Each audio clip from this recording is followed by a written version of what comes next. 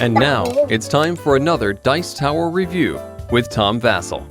Hey folks, today I'm going to be talking about a small card game called Lords of War. Now there are two armies, or two sets that I'm talking about, orcs versus dwarves and elves versus lizardmen. You can mix them up and play them against each other, and I believe there's even another two armies on Kickstarter right now, or just finished, or something like that. But this is a placement game in which you are trying to place cards so that they attack each other with different arrows, that not actual physical bow and arrow. You know what? Let me just show you, and then we'll come back.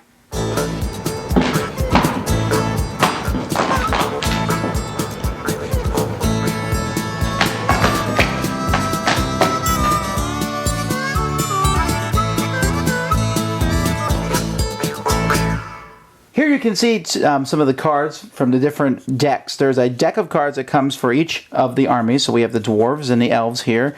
Here is a lizard man, and here is an orc. And you can see on these cards a little bit about how each card looks. Up here in the top corner you can see what kind of soldier. This is just a regular melee soldier. And then, this is also a leader. Okay, that's what that symbol there means. Each army has a leader. This is the leader of the dwarven and the elven army. And then you also have 4 command units. They have these little arrows through them. They're important because you don't want these guys to die as the game progresses. Actually, I'm sorry, there's 5 command units. And then there's other types of units. And these other units don't really matter so much, except if you're building your own deck, you can replace them with the same ranking and such. So these units are important mostly because of the arrows that are pointing off them. You have your hit points here, or your defense, which is 7. And this guy does a 3 attack to the left, a 4 attack to the north left, and a 5 attack straight. While this guy does 2 attack in both directions, a 4 attack to the corners, and 5 attack straight. Actually, he's probably better, although he has 1 more armor. Now, the game is played either on this green fold-out board or the brown one, depending on which deck that you bought. And you don't actually have to play on this board. I mean, you can play on a grid of your own making, although I found that when you play without a grid, it can be very confusing and annoying. So what players are going to do is they're going to shuffle their decks, and they're going to take their leader into their hand, and then they're going to draw 5 other random cards into their hand from their deck. And then on a player's turn, the very first turn, whoever has the 1 facing them is going to play a card in that number 1. They're issuing a challenge. Whoever's playing the other side will play a card in number 2. After that, the game will start in earnest. After the first cards have been placed, from now on when you play a card, you must place it adjacent to an enemy character. So I might put out, for example, this dwarf berserker who is facing this enemy character here. Now, as soon as I do that, they simultaneously attack each other if they have arrows. This guy has 4 attack, he has 2 attack. The 2 is not strong enough to beat my dwarven berserker's armor of 2 because it needs to be greater than, and the 4 is not great enough to beat the orc warrior.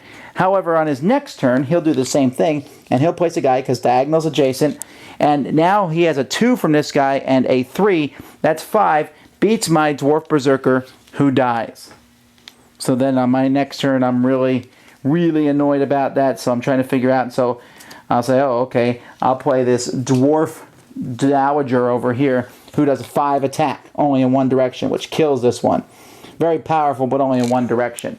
And so we go back and forth. So you always have to play adjacent to the enemy character unless you play a support character. There are many characters in your army who have a spear symbol there. You can see the spear symbol right there.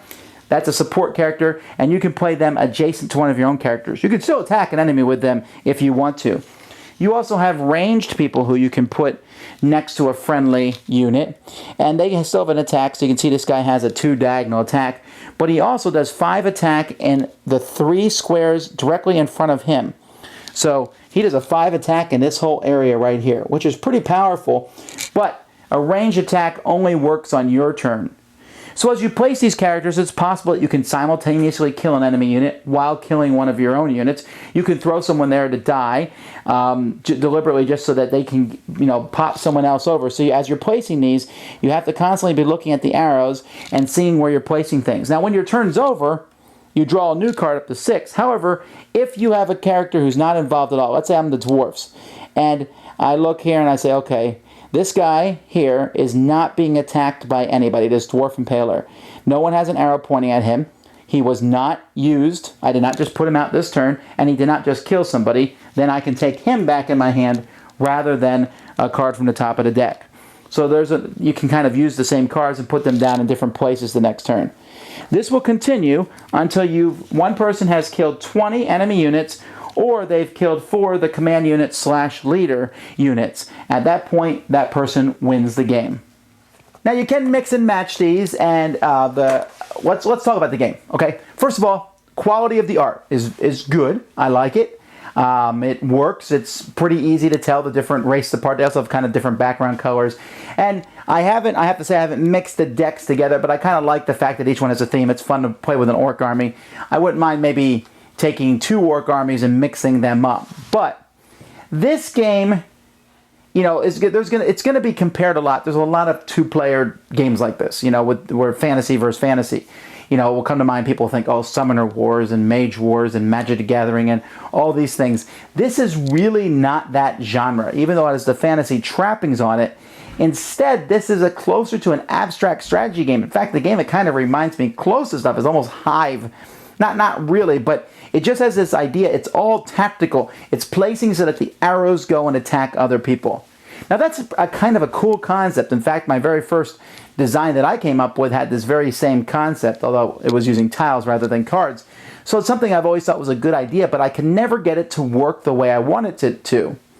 Here it works, and it works pretty well, and I think a lot of people are really going to enjoy this because it's a strong tactical game, and it plays pretty well. But, I know, here comes the but it just feels, there's a couple problems. One, it feels very soulless. I never really feel that the characters have any kind of connection other than placing a card with arrows on them. 2, it's super random at times. Not random, but I mean, you get a character, there are times you look at the board and there's really not a lot you can do. Since you must attack an enemy on your turn if possible, and that's all you have in your hand, you know, no support units. You have to put someone out there, and you know that they've just pulled back a guy in their hand who that person can go out and just kill them. You're like, okay, but I'll put them in the back corner so that they can't get to me in that corner. But no, you have to go attack an enemy. See, I don't know how to explain it. It's just, what I mean is, some of the characters are beasts. Some of the characters can kill most of the other characters with one shot. If you have an attack of 5, you can kill a lot of characters. If you have an attack of 6, you can kill almost everything. There's some people with 6 armor, but not many. And 7 armor. There's lots of people with 2, 3, and 4 armor, and they're easy to kill. And so what happens is, instead of it building up in a battlefield, it's more boom, boom, boom, boom, boom, boom, and just, I killed your character, you killed mine. Now, I know underneath this review, people are going to say, now listen, if you play this game a lot of times, 20, 30 times, you will get to know all these cards, and strategic bounds all over the place. And I believe that and accept it. Okay? I'm just saying, for me, the game didn't give me any kind of woo. I mean, I'd be like, ooh, it's my turn. This happened in multiple games. I'd be like, oh, I don't have any good card to play.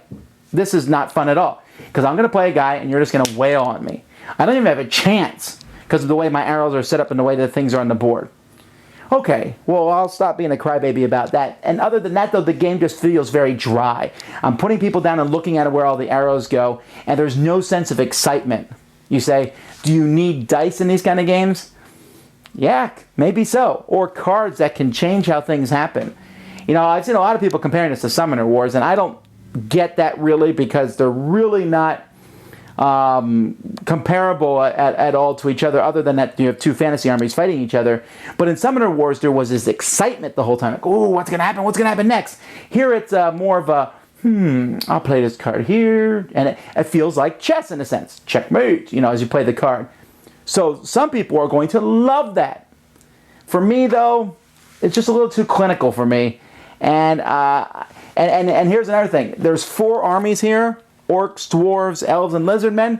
I went through them, looked at the numbers, compared them. They're very different in how their numbers play out, and how the orcs and dwarves, and the lizardmen are the weakest, but they have more arrows, and different minor things between them.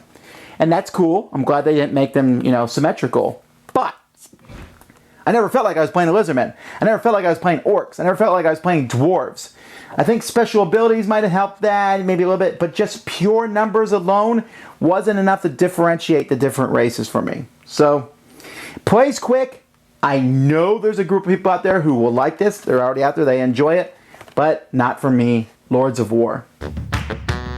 Thanks so much for watching the Dice Tower videos. Find more great videos and reviews, as well as our top-rated audio podcast at Dicetower.com. You can also find other great shows at Dicetowernetwork.com. I'm Eric Summerer, and you've been watching The Dice Tower. The Dice Tower is sponsored by Cool Stuff Inc., where you can find great games for great prices. Cool stuff in stock. Check them out at CoolStuffInc.com. Shut the door.